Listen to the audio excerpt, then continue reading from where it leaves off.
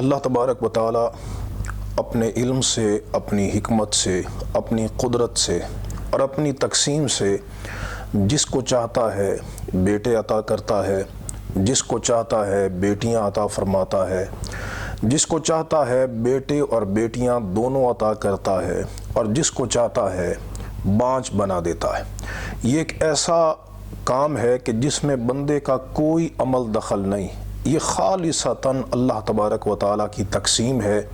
وہ اپنی حکمت کے مطابق ہر بندے کو جو اس کے حق میں بہتر ہوتا ہے وہ عطا فرما دیتا ہے۔ قرآن مجید کی سورۃ الشورى کی آیت نمبر 49 اور 50 میں یہ بات ارشاد فرمائی، یَہَبُ لِمَن یَشَاءُ اِنَاثًا وَیَہَبُ لِمَن یَشَاءُ الذُّکُورَ۔ وہ جس کو چاہتا ہے بیٹیاں دیتا ہے، وہ جس کو چاہتا ہے بیٹے عطا کرتا ہے۔ اَوْ یُزَوِّجُہُم ذُکْرَانًا وَإِنَاثًا، جس کو چاہتا ہے بیٹے اور بیٹیاں دونوں عطا کر دیتا ہے۔ وَیَجْعَلُ مَن یَشَاءُ عَقِیمًا، اور جس کو چاہتا ہے وہ بانجھ بنا دیتا ہے۔ اِنَّهُ عَلِیمٌ قدیر، بے شک وہ علم والا، قدرت والا ہے۔ یہاں سے معلوم ہوا کہ جس طرح بیٹے اللہ رب العزت کی عطا ہیں، اسی طرح بیٹیاں بھی اللہ تبارک و تعالیٰ کی عطا ہیں۔ بعض لوگ اس عورت سے نفرت کرتے ہیں کہ جس عورت سے بیٹیاں پیدا ہوں، حالانکہ اس میں عورت کا کوئی عمل دخل نہیں، یہ خالصتاً اللہ رب العزت کی تقسیم ہے، اس کی عطا ہے۔ اور جو اس بات سے ناراض ہوتا ہے وہ اللہ تبارک و تعالیٰ کی تقسیم پر ناراض ہے، اور جو اللہ رب العزت کی تقسیم پر ناراض ہو اسے اپنے ایمان کی فکر کرنی چاہیے کہ کہیں اس کا ایمان ضائع نہ ہو جائے۔ ہمارے معاشرے میں یہ ایک بہت بڑا المیہ ہے کہ لوگ بیٹی کے وجود سے نفرت کرتے ہیں،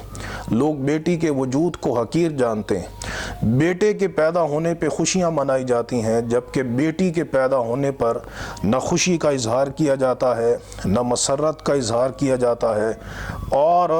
نہ ہی بیٹی کے لیے انسان میں ویسے تاثرات ظاہر ہوتے ہیں۔ یہ رویہ، یہ روش قرآن مجید فرقان حمید نے جاہلیت کے کفار کی بیان کی ہے کہ جب ان کو یہ خبر دی جاتی کہ تمہارے گھر میں بیٹی پیدا ہوئی تو ان پر غم کے پہاڑ ٹوٹ پڑتے، اور ان کی کیفیت یہ ہوتی۔ سورۃ النحل کی آیت نمبر 16 میں اللہ رب العزت نے ان کی کیفیت کو بیان کیا، وَإِذَا بُشِّرَ أَحَدُهُم بِالْأُنثىٰ ظَلَّ وَجْهُهُ مُسْوَدًّا وَهُوَ كَظِيمٌ۔ فرمایا کہ جب ان میں سے کسی کو بیٹی کی بشارت دی جاتی تو اس کا چہرہ سیاہ پڑ جاتا، وَهُوَ كَظِيمٌ، اور اس کا دل گھٹنے لگ جاتا یا وہ اپنا غصہ پینے لگ جاتا۔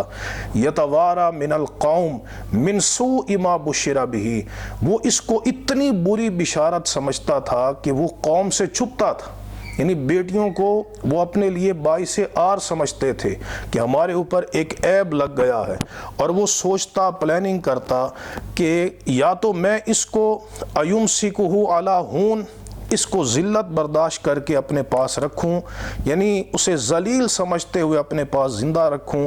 ام یدسہ فی التراب، یا اس کو مٹی کے اندر ڈال دوں اور زندہ درگور کر دوں۔ قرآن فرماتا ہے الا ساء ما یحکمون، سنو کتنا برا وہ فیصلہ کر رہے ہیں۔ تو بیٹیوں سے نفرت کرنا یہ جاہلیت کی روش ہے۔ مسلمان کو قطعاً یہ زیب نہیں دیتا کہ وہ بیٹیوں سے نفرت کرے۔ یہ ہمارے پاکستان میں میاں والی کے اندر جو واقعہ ہوا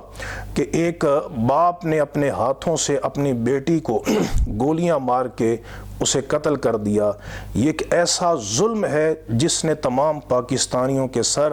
شرم سے جھکا دیے ہیں۔ ایسا ظلم کسی بھی معاشرے کے اندر نہیں ہوتا جیسا ظلم پاکستان کی سرزمین پہ ہوا ہے، اور ہم تو اس کریم نبی علیہ السلام کے ماننے والے ہیں جنہوں نے اس زمانہ جاہلیت میں بیٹیوں کو وہ عزت عطا کی جو دنیا کے کسی مذہب میں نہیں دی گئی، اور بیٹیوں کی پرورش پر وہ جزا بیان فرمائی کہ جو بیٹوں کی پرورش پر اسلام جزا بیان نہیں کرتا۔ حدیث پاک کے اندر اتنی بڑی بڑی جزائیں بیان کی گئی ہیں، چنانچہ صحیح بخاری، صحیح مسلم اور سنن الترمذی کی حدیث نبی کریم علیہ السلام نے ارشاد فرمایا من ابتلی من هذه البنات بشیء،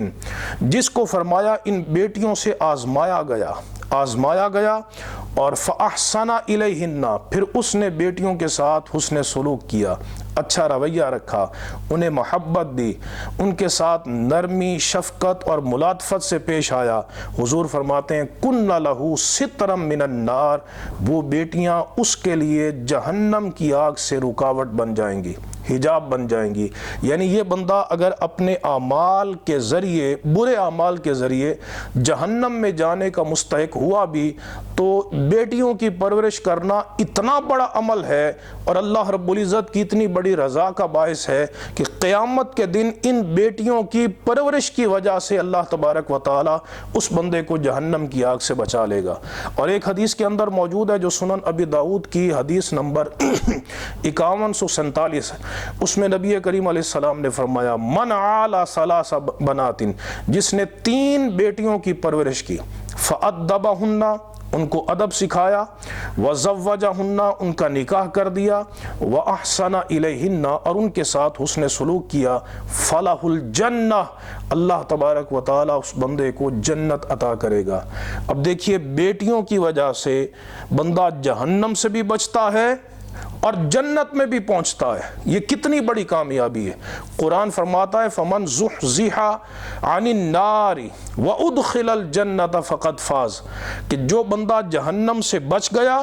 اور جنت میں داخل ہو گیا تو بے شک وہ کامیاب ہو گیا۔ تو یہ کامیابی تمہیں ملے گی تمہاری بیٹیوں کی برکت سے، ان کا وجود تمہارے لیے باعث سعادت ہے، باعث رحمت ہے، تم ان کی پرورش کرو گے تو تم بہت بڑی کامیابی حاصل کرو گے۔ بلکہ ایک اور حدیث میں نبی کریم علیہ السلام نے